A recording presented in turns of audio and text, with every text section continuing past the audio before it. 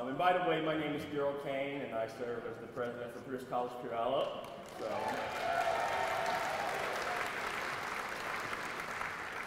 right.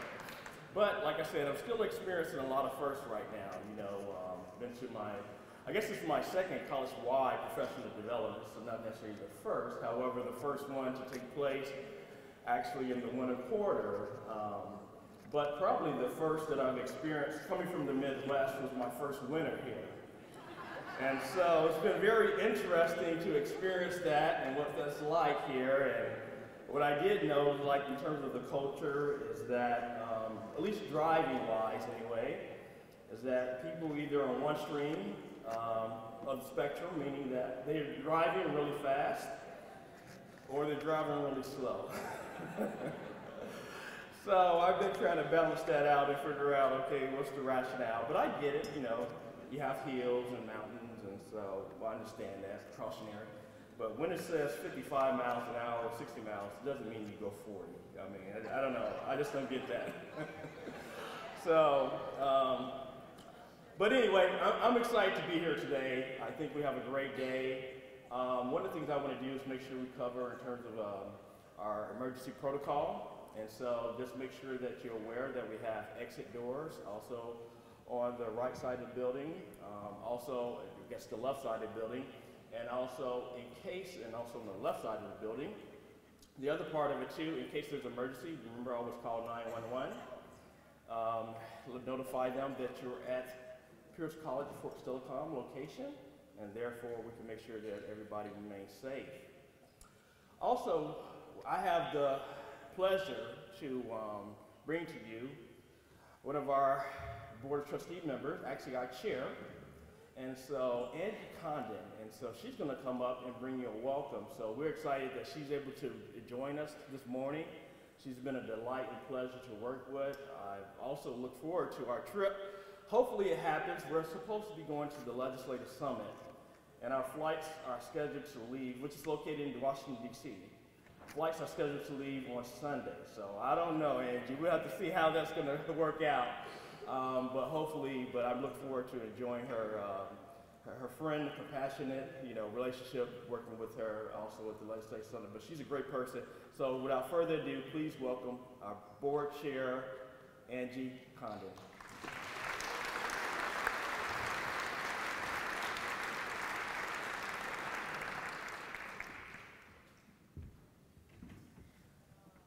Taller than I am. And just take this down just a little bit. Good morning and welcome. Thank you very much for having me and inviting me to come and open the session. I really want to thank Greg because his team does a really good job all the time of bringing lifelong learning to you guys.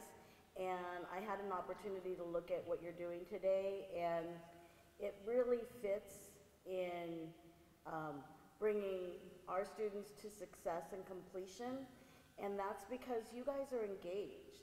You guys are engaged with your students and with each other, and one of the things that you may not notice, but we notice on as community members, is that every time I meet a student from Pierce College or see students, they're engaging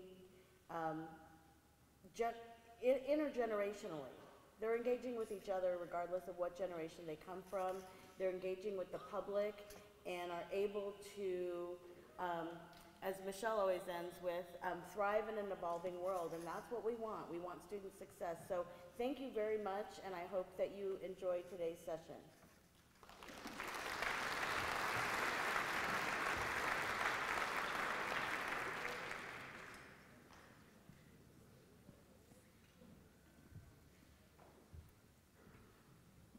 Well, good morning. Thank you, Angie. Thank you always for being here and being focused on what it is that we do. I mean, we really are fortunate. I know I say this every time, and I really do mean it. We are so fortunate to have the Board of Trustees that we have. They're really clear on mission. They're really clear on their own role of governance as voices of the community appointed by the governor to make certain that as a college we're moving forward with mission. And so that's the delight, because I've been around the state, and I know that doesn't happen at every college. And so thank you, and thank you for your leadership, and it's great that you're here. Thanks.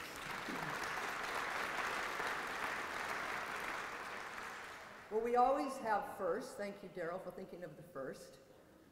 Today will be the first time that we actually end earlier in anticipation of something happening. It's also Deidre Swallow's first all-district day as the new interim president at Pierce College, Fort Steilacoom. So welcome.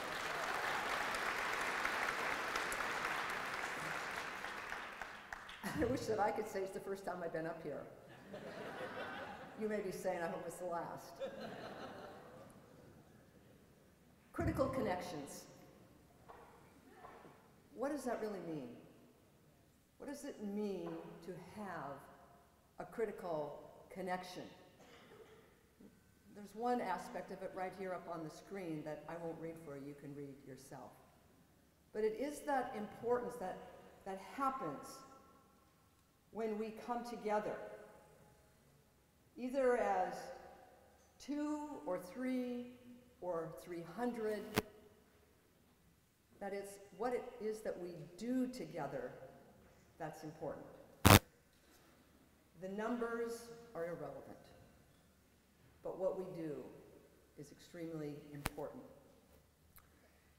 Today we're going to ask you to continue to think about the work that we're doing. One of our commitments has been to not have what we call a one-off training, a one and done, that we do it one time and we're finished. Now some of you may be saying, haven't we done that before? Students said that to us a lot in the classroom. But we know that repetition and the ability to continue to go to a deeper level each time is really a core part of learning. And if we are going to meet our mission to create quality educational opportunities for our diverse community of learners to thrive in an evolving world, that we have to go deeper, that we have to push ourselves a little bit more, that we have to be willing to take a risk, that we individually have to allow ourselves to be vulnerable, because that's what happens to our students as they walk through the door. We know countless stories of students who never make it in the door on their first try, that they're stuck in the parking lot, or they come to the front desk and they may not see themselves here. The messages, the images that we have may say, I'm not sure I belong here. We have been working hard to change that reality. That we're trying to create the images and the behavior and our responses in a way that every person can find his or herself present at Pierce College. And that together we will help each of us find a way. I think oftentimes vulnerability is thought of as weakness. That if I'm vulnerable, I'm going to make myself weak and exposed. And I would share with you that vulnerability is a strength. To be vulnerable in strength, because we grow from that. When we close ourselves off and we're afraid to make a mistake, we can never be all that we are and all that we should be. And so I'm asking you to think about the words, your words, what you're hearing, what you're sharing, how you are experiencing others, how they may be experiencing you. We are all a story. We all have lived experiences. They are common and different. And it's in those commonalities and differences that we become a dynamic community, a community open to learn, that it's about mindfulness. These are words that we have heard before, but they have to be more than words. They must become part of our daily actions so that we can become all that we are meant to be. And that we do that together. I tell you, every day that I come to Pierce College, over the last 41 years, I have learned something every day. I have made mistakes probably every day, and I hope that I will continue to do so, because I know that it's in those attempts, in those willingness to be open and vulnerable is when I really learn. When I'm contained and closed off, and I want to appear perfect, I am losing. Because that's not where the learning is. Today you're going to be asked to share some stories, your story. We're asking you to share at whatever level of comfort for you. It's stories about your work, it's stories about each other, it's the challenge that you have. We had our board meeting on Wednesday, and we had a couple of faculty who came forward who talked about communities of practice. And I just want to say thank you to all of you who have been willing to enter a community of practice. We have faculty engaged, we have classified staff engaged, and exempt. It's not an exclusive endeavor. In fact, the more that we can continue to mix and come together, the greater our learning. Because as we look at this whole body here, we become more reflective of our own students. And as you know, we're trying to even change the look of who we are as well, so we're even more reflective of our students. And we don't have to just look a certain way. We can't change who we are and what we've been born into, but we can change our hearts, and we can change our behavior. And we can behave in ways that say to whomever's in front of us, I want to understand you. I want to listen to what's going on for you. I don't want to make an assumption that your experience is my experience and that mine is yours. And that together, if I listen carefully, I will learn. And so today I'm asking you, we are all asking you, and Greg and his team have put together this work, to be willing to listen, to settle down, and to focus in this room. We know there's other things going out there in Mother Nature, and we can't do a darn thing about it. But we can focus right here today. And we have chosen to cut this short in the anticipation that we will have snow. We know school districts, and many of you have children, and it creates these challenges. And you each have to make a choice about what it is that you do. And with every choice, we know there are consequences, positive and negative. And so they will be what they are.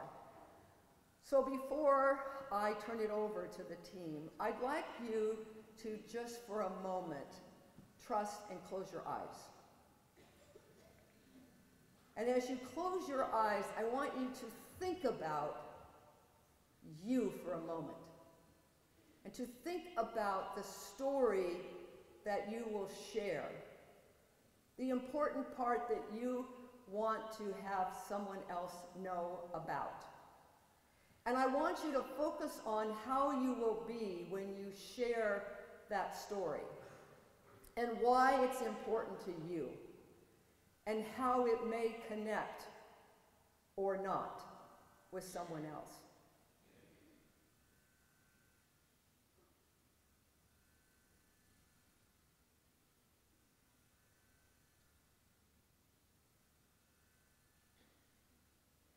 And now I want you to visualize yourself listening carefully to someone else telling his or her story to you.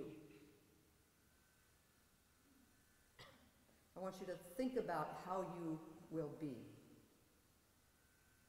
What it is that they want to tell you. The importance of what you can hear as you separate your own assumptions, your own bias, your own experience. Take it away and listen to that individual's experience.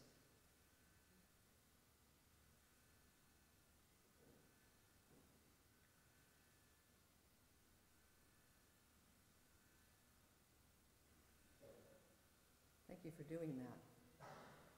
And with that, I want to get off of this stage because we want to be able to maximize every moment we have today, given that there are going to be fewer moments today than we had planned.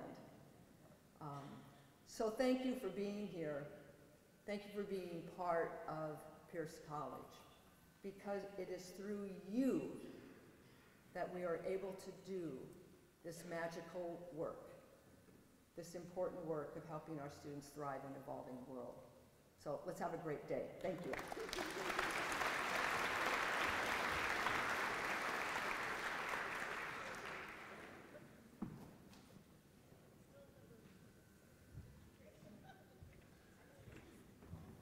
Wow. Day over. Have a great day. Thanks, Michelle. Oh, good morning. My name is Greg Brazel. I'm the Director of Employee Engagement, Learning and Development.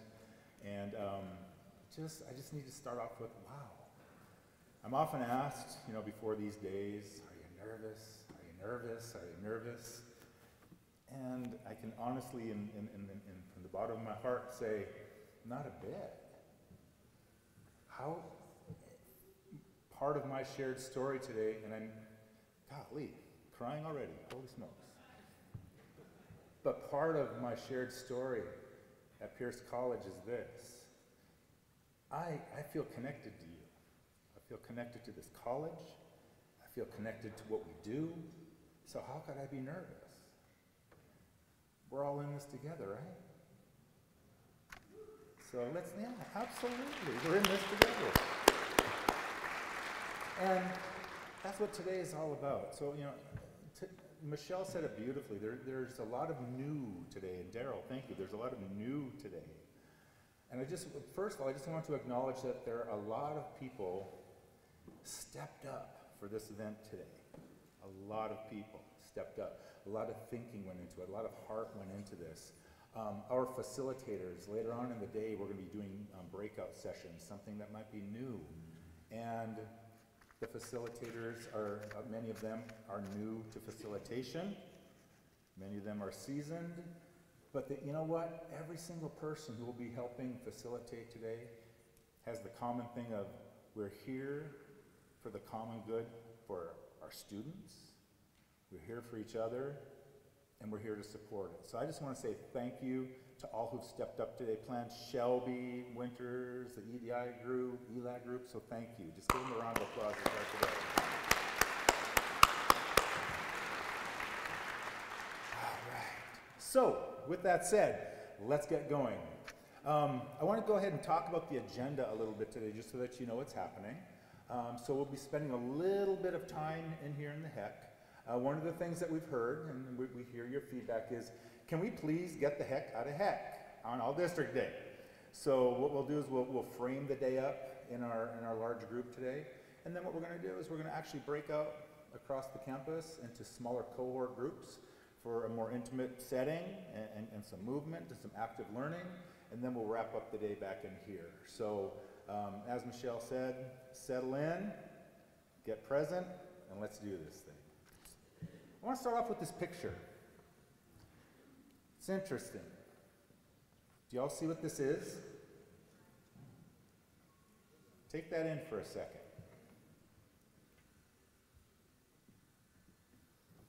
We can all interpret this picture in a lot of different ways, but to me, this picture, and thank you Diana Bolin for sending this, thank you colleague and friend.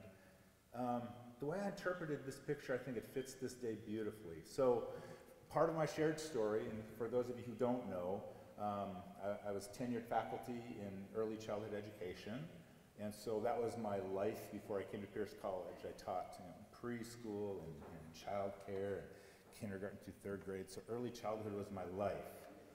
And part of my true belief is that children are pure.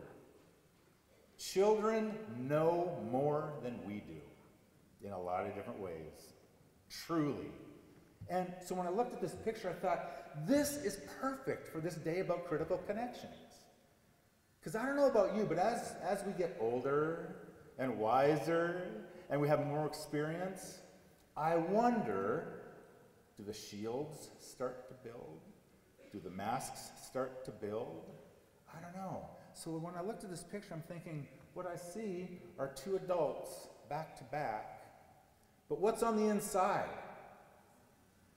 What is on the inside? A kid. Yes, that inner child. And what do children want to do more than anything? They want to play.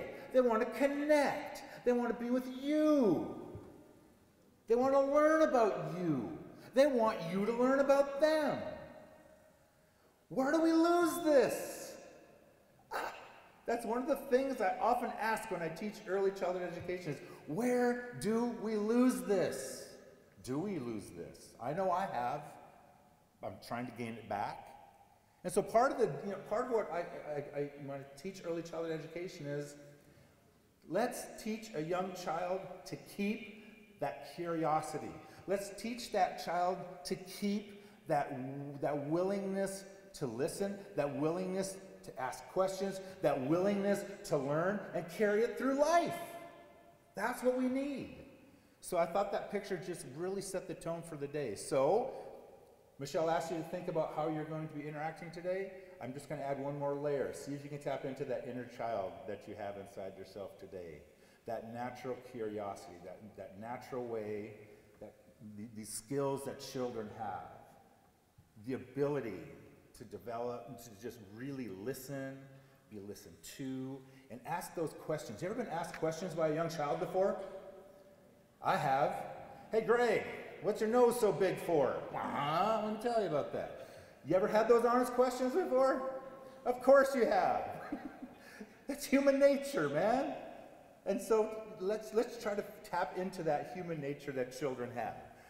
And today, as a child, lean into curiosity and wonder in this thing called the human experience. That's going to be this day today. So with that said, let's go ahead and do this. So we've talked about, where did this day come from? Where did the ideas come from? A lot of different people. Last February, when we got together for All District Day, you might remember that we did the 7 capacities within the institutional capacity framework. And we did this gallery walk of the different capacities. And just wanted to let you know that that was heard, that was taken into, and that is partly what's framing up the day today. Some direct quotes that came out of that day from last February were things like, I really want to learn about active listening, and I really want to learn how to focus and be present. How do we retrain ourselves to listen better and not tune up before the speaker? How do we have difficult conversations? What's the impact of our perception on communication? Themes throughout the feedback from that gallery walk. And I think that's part of what is driving today.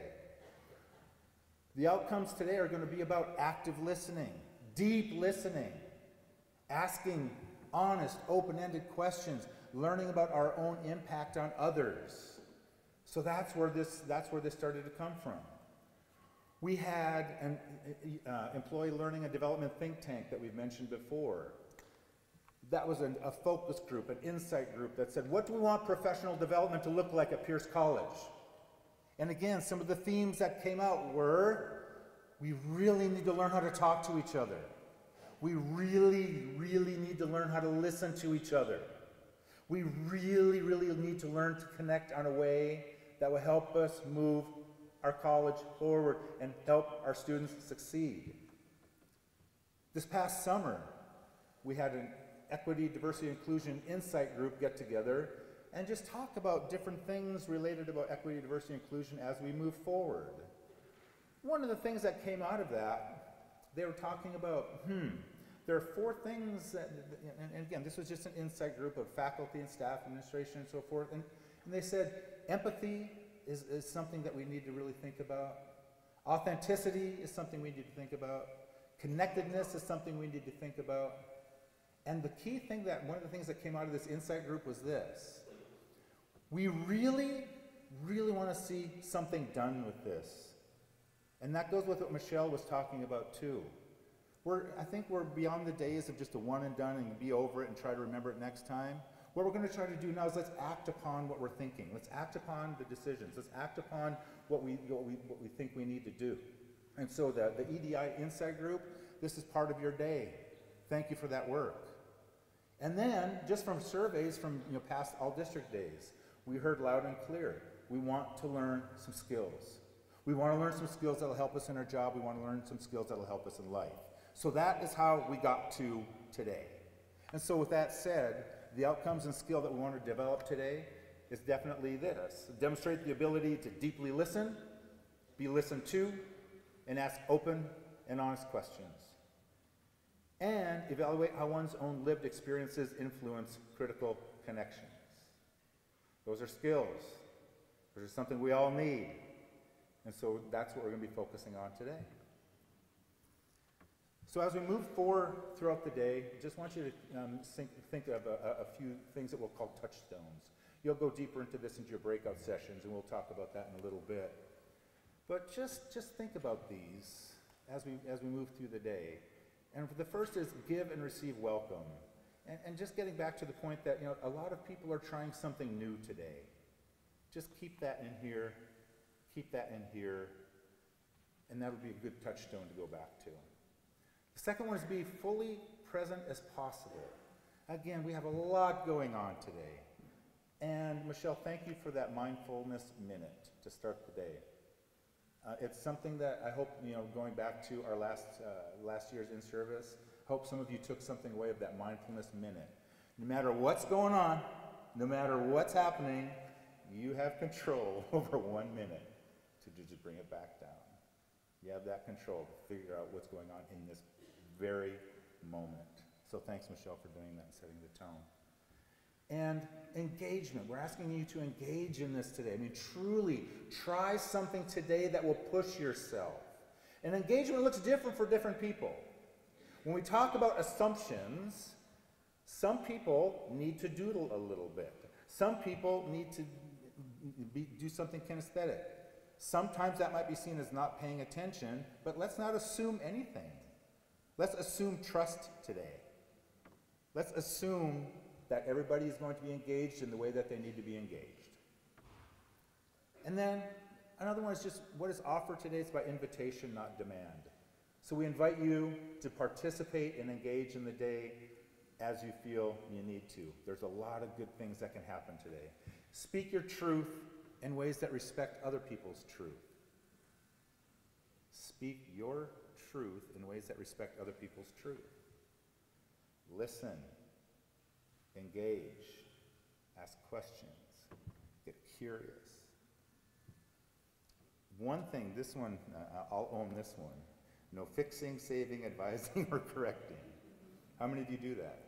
Yeah, oh yeah, okay. It's tough, especially as educators. That's what we want to do. We want to fix it. We want to make it better. Today, just let it be. Let it be. Where's Brett Burkholder? That's a Beatles song, isn't it? Shabby Road? Okay, anyway, all right. Let it be. Just be here. Be present. Be present with another person. And learn to respond to others with open, honest questions.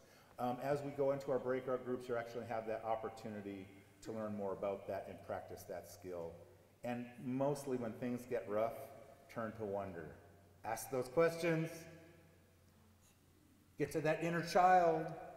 You can do this. So one of the skills that we're going to be practicing then is deep listening. And with deep listening, I don't know about you, but sometimes I'm going to just bring this to work for a second. How many of you at work are like doing this? I know I am. We run and we run and we run some more. Today, guess what? You don't have to run. Today, you get to be radically present. Today you get to be here. Today you get to be with our colleagues. Today we're together. Today be fully present with each other. Create a spacious mind filled with wonder that embraces the unknown.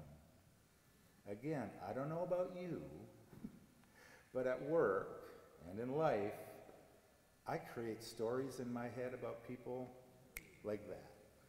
Does that relate to anybody? You know what I'm going to do today? I'm going to turn that story maker off. I want to learn about you authentically. I don't want to create stories about you, because you know what I find? Again, I don't know about you, but I find my stories are 99% wrong. Right? Let's learn stories about each other today. And again, today, the weather and just so forth. But when you notice your mind starting to wander a little bit, and when the speaker says something that moves you in some way, just remember, bring it back in. Be mindful of that. Just bring it back in. It's a skill. It really is. And here's another tough one. How many of you are comfortable with silence? Right on. A lot of us are not. A lot of us are like, wait a second. If something isn't happening, they must be bored.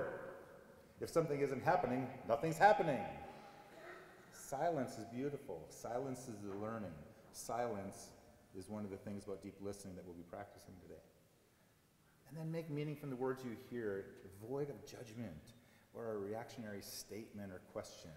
Again, I go back to, I need to turn my story maker off. I need to turn that off. And what do I need to turn on? My listening of you. What do I need to turn on? My ability to ask open, honest questions of you to learn about you. We're also going to be talking about how to ask open and honest questions. It's a skill. It's something that we all need. I just want to jump in real quick. In hallway conversations, it's been fascinating to me. I've been talking to people about what we're going to be doing for All District Day today. And I talk about, what we're really going to be doing is just learning how to talk to each other. And I swear, anecdotally, here's the evidence, but anecdotally, people say, wow, we really need to do that. We really need to do this. Guess what? Here's our opportunity. So asking these open and honest questions. The best measure of an open, honest question is that it's that you can't possibly anticipate the answer. How many of you, again, rhetorical, you don't have to answer, but how many of you in the middle of a conversation, you're trying to be 3 steps ahead? You're trying to think of what's my response going to be? What's my debate going to be? What's my story going to be? The skill today is, guess what? Back that up. The skill today is just be with that person and ask authentic questions about that person. That person's the focus. Ask questions aimed at helping the speaker to explore their own concern or statement rather than satisfying your own curiosity. That's stepping out of yourself. That's not easy a lot of times. So today, step out of yourself. Get a perspective of somebody in front of you. That's a challenge today. It's a skill. Avoid questions with yes or no or right or wrong answers. Get curious. Children, have you ever listened to, I'm going to go back to children. Have you ever asked and listened to their questions? Most of their questions can never be answered. Why is the sky blue? I don't know, because it's blue. Just on and on. So ask these questions. Oh, Ralph, yeah, okay, go see Ralph. That's the answer. Go see Ralph. He'll tell you why the sky's blue. Thank you, Ralph. You're going to the principal after this, buddy. All right. Pace the questions. Just the tone and the speed of your questions can have some impact on the person telling your story. So just today, let's relax, let's be, and let's just learn the skill of asking questions and hearing another perspective. And then another skill you're going to learn today is just observing. Just watch what's happening. Talk to the people that you're going to be breaking up into groups of 3, a triad later on. We'll talk more about that. One of the roles you're going to do is just watch how people interact and give some open, honest feedback about what you saw. It's a fascinating, fascinating experience. You're going to enjoy it. So we just wanted to tell you, this is what the morning is going to look like today. You're going to be deep listening. You're going to be asking some questions, open, honest questions. You're going to be observing. And so now, we have a couple of amazing, amazing people that would like to demonstrate for you, show you what you will be doing later on in the morning. Can we please welcome April Stepp and Robert Britton? Yay! Come on up.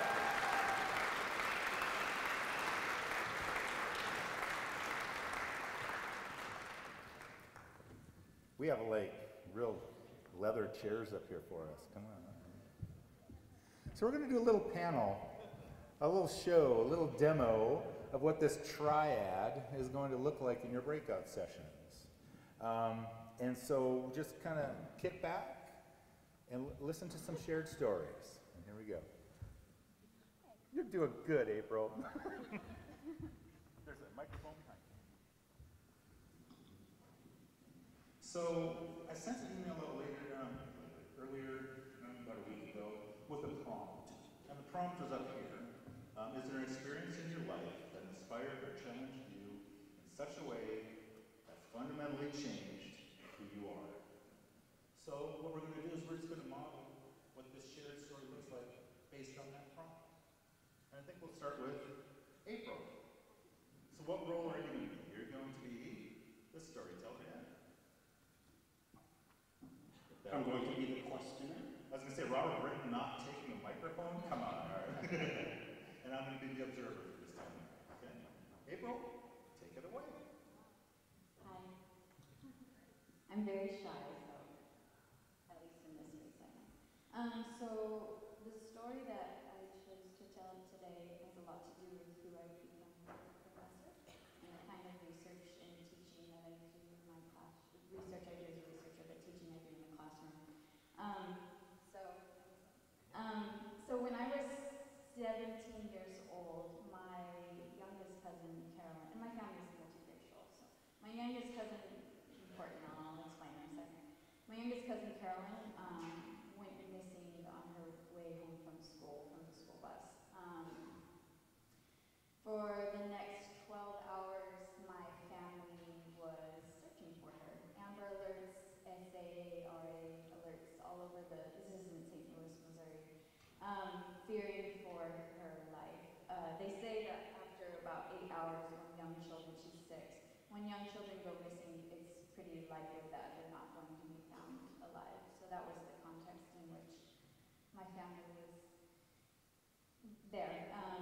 And so next thing you know, I'm at the airport, I'm getting ready to fly my mother and her mother to get to St. Louis, and we get a phone call that they found her, and that she was in critical condition and that she was probably not going to make it. My family got to St. Louis. She had 2 punctured lungs, severed skull, her left ear was missing, all of her teeth were gone, and of course she was sexually assaulted and sodomized. And you know, everything kind of unfolds after that day. It's all kind of a blur. And they found her assailant. He was now the youngest child in the state of Missouri to be charged with a life sentence, and come to find out it was a racially motivated crime. So that whole experience as a young person for me, really, like, what do you do in that moment when your entire family is dealing with trauma? Where do you go? And as a young child, of course, you act out, right? But you have nowhere to go, so you go inward. And I could say that as myself, and I witnessed this with my whole family because they had to leave the state of Missouri out of fear that there would be retaliation against the rest of my family, because this person was involved in like the KKK. And so they left, and then all of a sudden there's 9 people living in one house, all dealing with some pretty severe trauma. And so I acted out. I definitely would say that when you're young, your ability to control and take your power back in situations like that, when you lose all hope in the world that you live in, is to act out, right? To take control and do things that you are capable of having power over. So I got into trouble. I dropped out of school. I didn't finish high school, and got into drugs, and was really lost for several years of my life. And in the midst of getting involved in that type of lifestyle, I lost a very dear friend of mine because of gang violence, and that was kind of the moment where I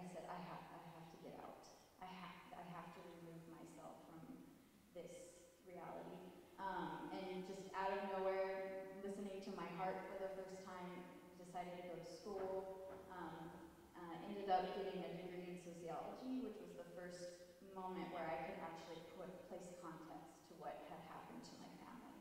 And of course with the help of very inspiring, beautiful professors.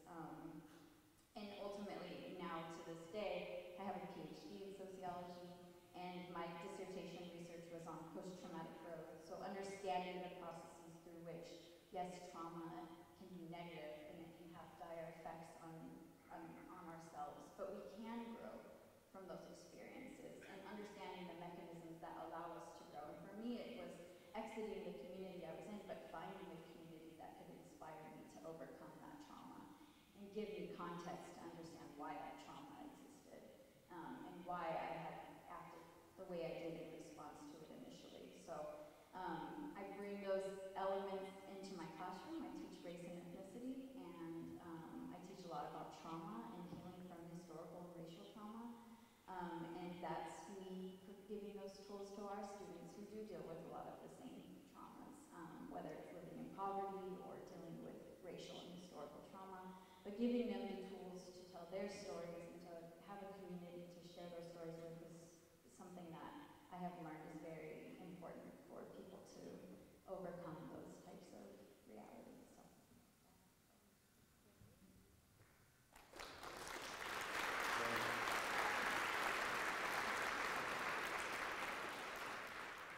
Thank you for sharing that deeply rooted story of your journey. One of the questions I have for you, based on what you said, is what are some of the conversations that April today have with April of yesterday? That's a very intense question, Robert. Yeah, it's hard. I think one of the things that I tend to have because these types of traumas live on with you, right? Even if you overcome them, they're still present. You have moments really daily, often, where images of, my cousin after they found her, all of that kind of haunts you. And one thing that I've always had conversations with myself is about not feeling ashamed. Not feeling ashamed of I didn't think that was going to happen, sorry. Not feeling ashamed of the way that I reacted as a young person. Not feeling angry at the way that my family reacted. I mean, there were moments where my brother and one of my male cousins were like, probably going to kill each other because they were getting into fights. Not feeling ashamed of that. I think as a family, going back and actually having the conversations that we all weren't capable of doing psychologically, I think has been something that I've returned to. Having those conversations with each other from our past, I think is really important. So I think shame is a big thing that I've told myself, don't feel that way. Wow. Thank you for that. And thank you. One of the things that I noticed, I felt you. I felt your authentic story, sharing with Robert and me. From Robert, I felt that you were deeply listening to April. Your eye contact was there. Your body language, I just want to note what I noted is you weren't like this, acting. You were just present. You were there just listening, allowing April to share her story. And just from the outside looking from the outside, that opened up a space of like, is Robert approving of this or not approving of this? So thank you for that. Yeah, thank you. It's good stuff. Robert, there's a quote up there that you want to read. I refuse to be restrained by a past that does not support my future. This has significance for me in the workplace, in this workplace. Part of my story of being able to maintain is rooted in the position that I currently hold as a custodial services manager in the district. Almost 10 years ago, I started here as a custodian 1. And I wanted to advance in my career. Mind you, I came from an upper-level professional career as a human resources director, as a corporate recruiter, and I wanted to enter into an educational arena. And I came into Pierce College as a custodian 1. But I had to decide to become a manager in the facilities and also work my way through. But I was told that I wasn't ready or wasn't good enough to become that person that I am today. So the supervisory position became available, and I applied. And I was the second runner-up. I went back and asked them, what was the reason I wasn't number 1? Well, it's because you didn't have the same level of experience that the other person had. And they did not make it through their probationary period. And I remained a custodian 1. When they opened it again, I applied again. And I came in number 2 once again.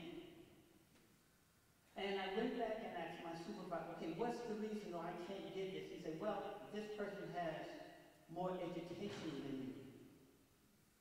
That person did not make it through the probationary period. So they offered me an interim position. And that interim position lasted almost a year.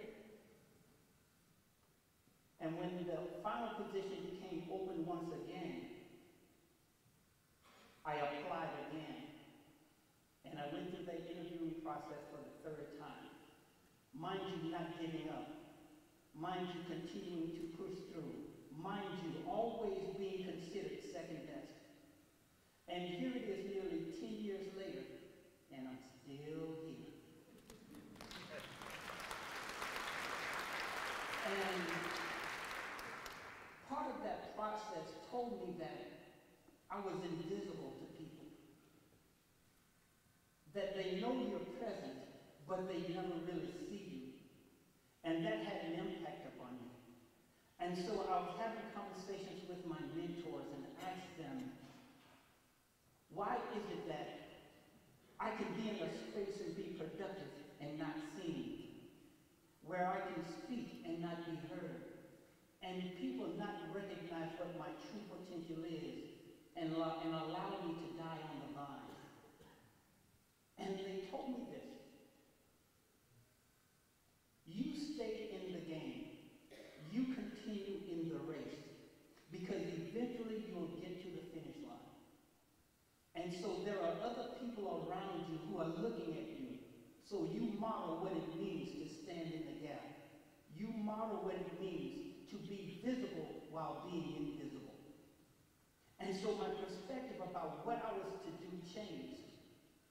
And so I want to, as a manager, to my staff, who are all over this room, let me just say to you that if at any point in your journey, every custodian in this district, if I have marginalized you or made you feel that you were not visible, or that your skill sets were not worthy enough to rise up and become that thing and that person that you desire to be, then as your manager, I apologize to you for that, for not seeing you, for not recognizing you, for not elevating you.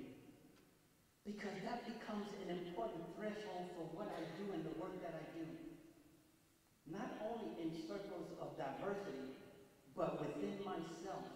Because I know that as I push through the ceilings around me, above me, and beside me, that if I don't push through, you will not have the capacity to see that you can push through. So when I look at what I've done and not become jaded by the rejection, not to stop trying because someone told me no, but to keep trying because they told me no, I can go further than they ever thought was imaginable or even possible for me. And so I put myself out to say that yes, I'm flawed, and I've made my share of mistakes, but I'm going to keep fighting until I get what I desire and what I deserve.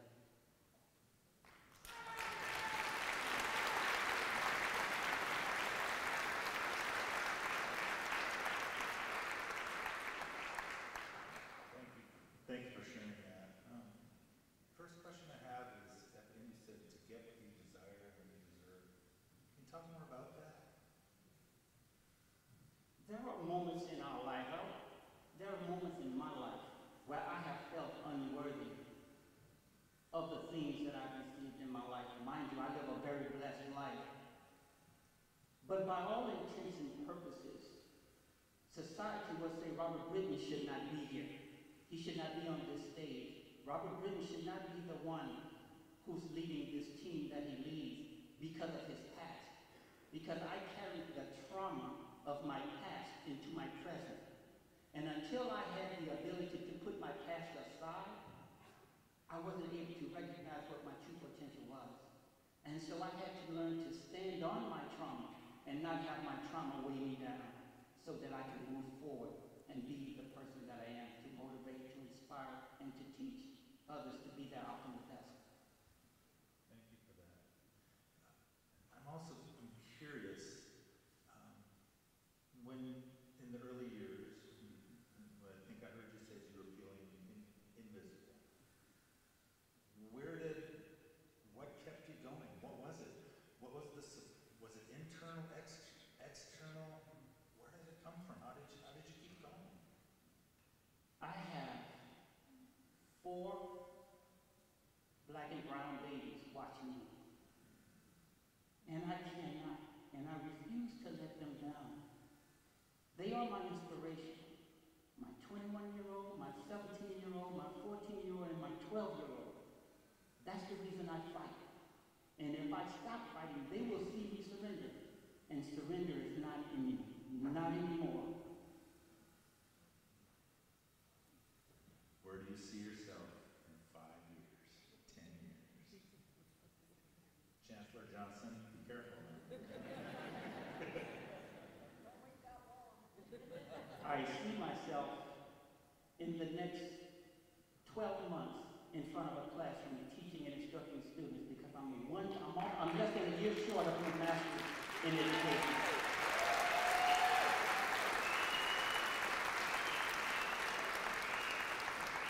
Black and brown students of color need to see me in front of a classroom. And I'm not going to deny them that. Thank you. Thank you. April, anything you observed in this exchange? Goodness.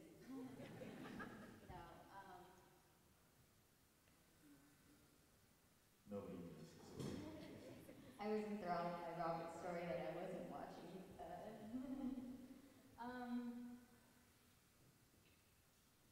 I think what you modeled best, Greg, is that you asked questions that came from your heart, right? And I think that's the process of deep listening that we have to, and questioning, that is going to be so important for today.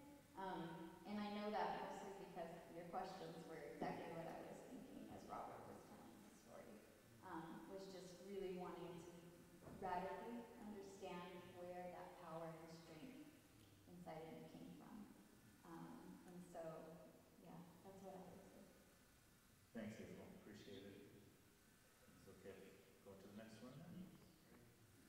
Yes, it's a poem. And my colleague, my brother, Michael Cucci, he's an important part of my life. He turned me on to this resource, and this poem is in there. And again, it touches me. And if you don't mind, can I just read it? Is that cool?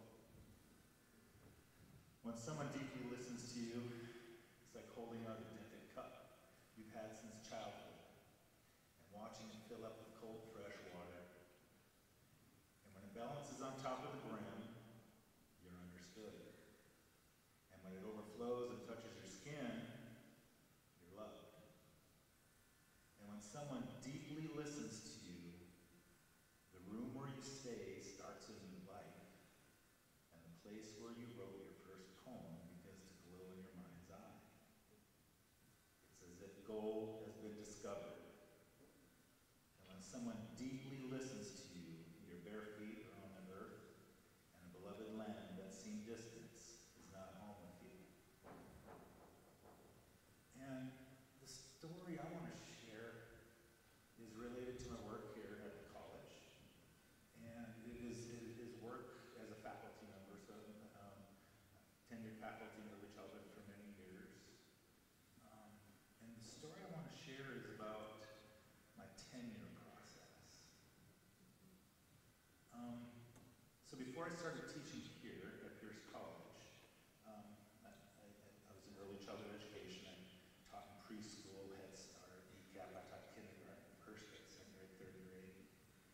knew that world really well. And just to let you know, some of you know, that I actually graduated from Pierce College back in 1981. And I've never left. You're laughing. Hi, Greg. I graduated from the early childhood education program. And I swear that no matter what degree I got, no matter what, this is what I always come back to, is what my mentors taught me here. Mary Kay Brown, Judy D. Jordan, Karen Collar, Nancy Wallace, Grace Gutmann. And I'm saying that because I could take what I learned here and I went out into the early childhood field, and what I knew about young children was care. What I learned and what I knew about young children was listen to them. They know, have this exchange back and forth. It's a true relationship back and forth. So then when an opportunity came up and a faculty position opened up here, my mentors here said, hey, Greg, you should apply for that. I don't know about that. But I did, and I was hired. And this is what I wrestled with when I started here. When I came here and I became a tenure-track faculty member, I can create stories in my head really fast. And in my head, I created the story of what the faculty member needs to be. The faculty member is the knower. The faculty member is the power one. The faculty, this is college after all. And what I started to lose was what I did with young children. What I started to lose was I care about you as a human first, honestly. Without that, I can't teach you. Without that, I can't go on this adventure with you called learning. And I remember it was my first quarter in Mary Kay Brown in early childhood, District Day. We hired you for you. We didn't hire you to change you. And that changed everything for me. Because what I learned was this, and some people would, and I say this all the time, but I mean it. And I finally learned that day when somebody asked me, and it was Mary Kay, said, so what's the difference between teaching a 3-year-old and teaching a college student at Pierce College? And I finally got the answer. You know what the answer is? Body size. Body size. A human is a human is a human. That caring is needed. That desire to be listened to is needed. And so now what changed everything through that tenure process, and what I learned from that tenure process too, is that whenever I teach a class, I always do class evaluations and I look at the written comments, and this is what I look for. If I see in there that he cared about me, he listened to me, he truly, truly understood me as a human being, now I've done my job. That's priority to me. The rest will come. And so and I remember this is a couple of years ago, this was funny, Denise Arnold, I think you're here, but you're welcome for sending me a student about 5 years ago. The student came for advising, right?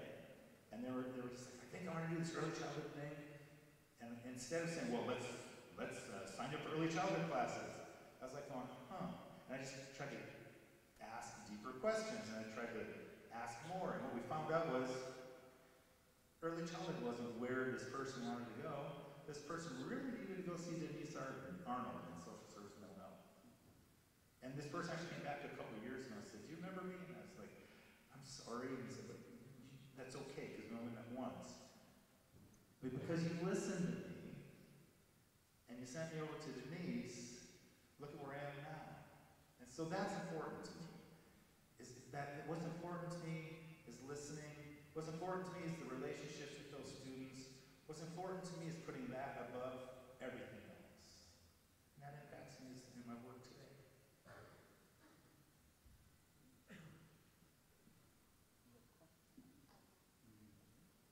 Thank you for sharing that.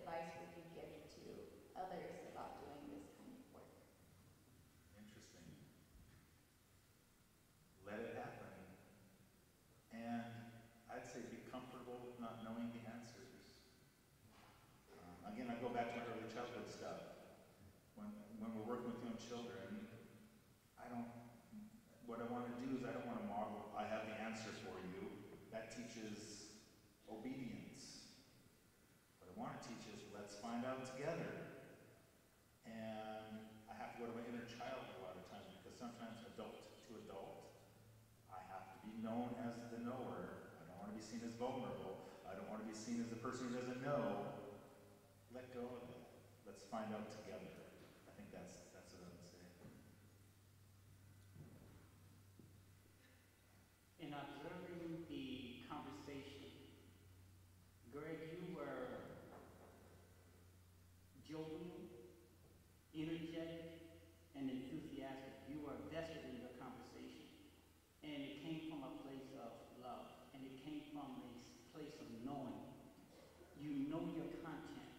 And you are deeply rooted in that content. And that informs the work that you do. In my observations of April, she was the student. She was very studious. She was poised. She was back was straight, just really attentive to the instructor giving the life lesson, which is why she was able to connect and see those levels of parallel in her journey where there could be some crossover and connectedness between the two. Thank you. And what I want to appreciate is that moment of silence. You didn't try to rush a fake question, so thank you for that. I appreciate that. And I appreciate both of you. There's your morning, folks. There you go. Thank you. Thank you, thank you, thank you, thank you.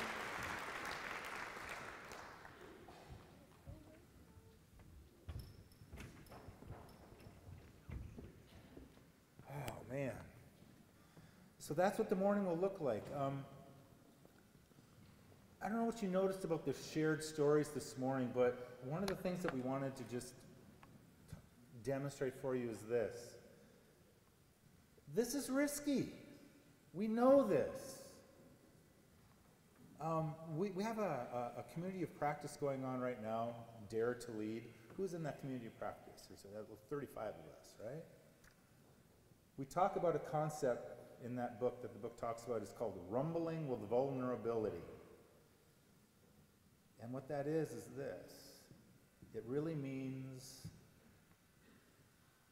the emotions are there. The vulnerability is accepting those emotions. The rumbling with vulnerability is accepting, yes, I'm feeling these things. I am not going to shut down because of these things. I'm going to acknowledge them. I'm not going to let them rule me, though, but I will acknowledge them, and I will be authentic with you. So as we move through the day, rumble with that vulnerability. Brené Brown, it's a great book, and if you're interested in that community of practice, come join in. But one of the things that we wanted to talk about was this, and when I sent this prompt out, I'll be honest with you, I got some feedback going,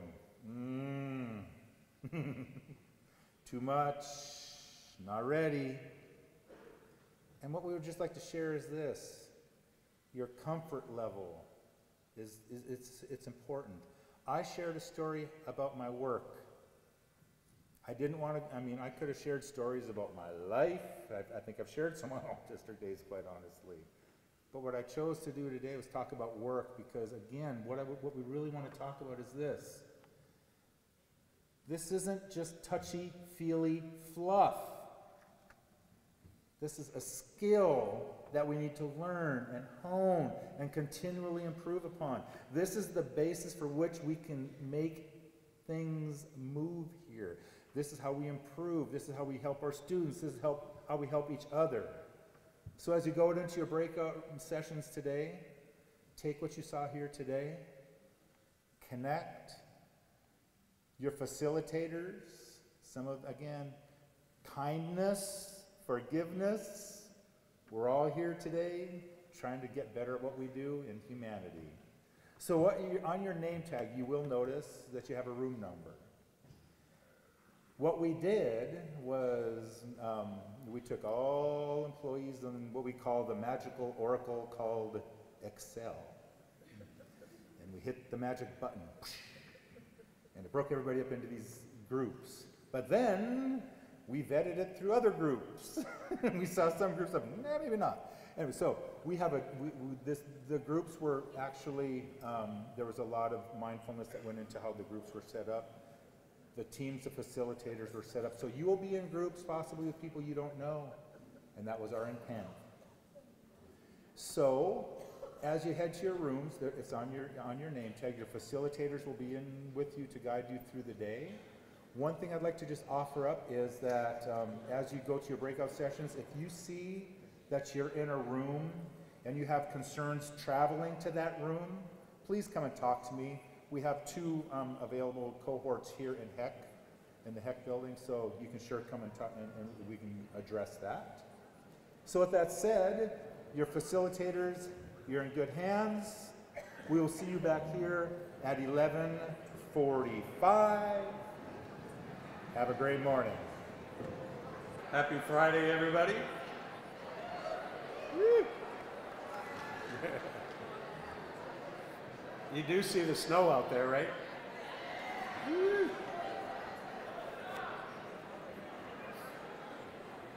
Well, thank you for letting me interrupt your lunch here. We have a little bit of a fun little exercise. You know, I always was told that when you talk to a group, you should tell a joke, and I don't have any jokes. So I asked my friend Eric Gimnis. Is that okay if I say your name, Eric? No? Okay, I asked this friend of mine if he knew a joke. And so he told me, it's the first time I read it, so I don't know if this is any good or not. It's, so why is the ocean in such a bad mood? Because it has crabs on its bottom. Hey, if that's inappropriate, that's my friend's fault, that's not mine. And I have no idea what that has to do with this presentation. But, so what I'd like to talk about is this thing called Aspen. And many of you have heard of this, I hope by now. The Aspen Prize. And so just a little history. Back in May 15th, a little less than a year ago, we received this prize and this notice that we are the Pierce College, yes, the top 10 best community college in the United States of America, which is a pretty cool deal. So we have, so the Aspen Prize is the nation's signature recognition of high achievement and performance in American community colleges. And it's not awarded every day, it's every 2 years. And it's competing with 1,000 different community colleges nationwide. And I think that's a big deal. Which, because, I don't know if I mentioned it, but we're ranked top 10 in the nation. So, what's the prize? Maybe you already know about it, but there are prizes, and out of the top 10, one of the prizes is what I call the third prize. They don't call it that, but it's the Rising Star Newbie Award. We are a newbie at this. It's our first time at the top 10. We've been in the top 100, seems like, for years, and but this is our first time in the top 10. So there is a third place prize. There's also a second place, which is the finalist with distinction, and there may be more than one person or one college with that. And then, of course, there's the big final, the big prize, the grand prize winner prize, is what I call it. And so with that, you get the honor of being rated as #1, best in the community college. Plus, you get $1 million. $1 million.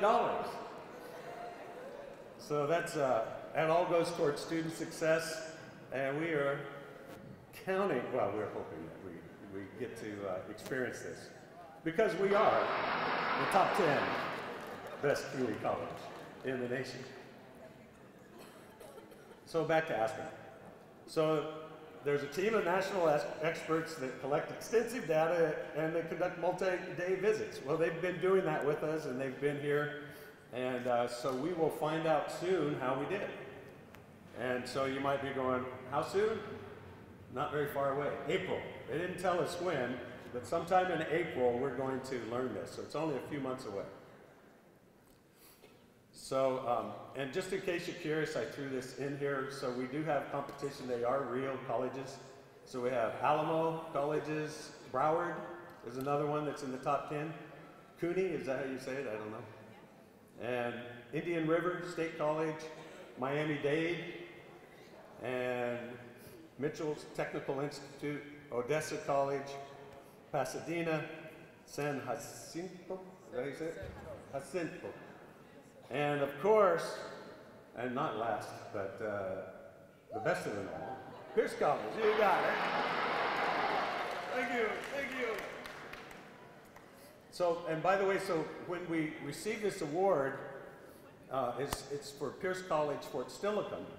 But as we know, I mean, there's a reason for that. We have the great work that the military is doing and our connections through the Fort Steilacoom College with the veterans in the military. But it is really a district award because we would not be getting this award without all the good work that the district has done. So it's a great honor to be for Fort Steilacoom, or Pierce College Fort Steilacoom, but it really is a district event. So we all share in this, and it's the good work that you all do. So I have a little challenge for you here, a little exercise, and you see it on the colorful piece of paper on your table there. And what I'd like you to do, we're talking about, let's come up with the top 10 reasons why you think or believe that we are ranked top 10. And we'll be doing something with this later. Since we've had a little adjustment in our schedule, thanks to all this fun snow that we are having and will be having, we will, well, I'll tell you about what we'll do with this in a minute. So what I'd like you to do is select somebody at your table to be a team captain and scribe. And then each table, list your top 10 reasons why we're top 10, and make sure what we're going to do is make a word cloud out of this that we can share. So you can't get wordy with this. What it'll be is come up with no more than 2 words for each answer that explains why we are top 10. And then after you're done, go ahead and leave the sheet on your table, and we'll go around and pick that up. I was going to say head to your breakout rooms, but we've changed that. This is your breakout room. So after you're done, then we will have, Greg will come in and spend the rest of the time with us. So ready? Go, and don't forget, we're the top 10. Yay! Thank you.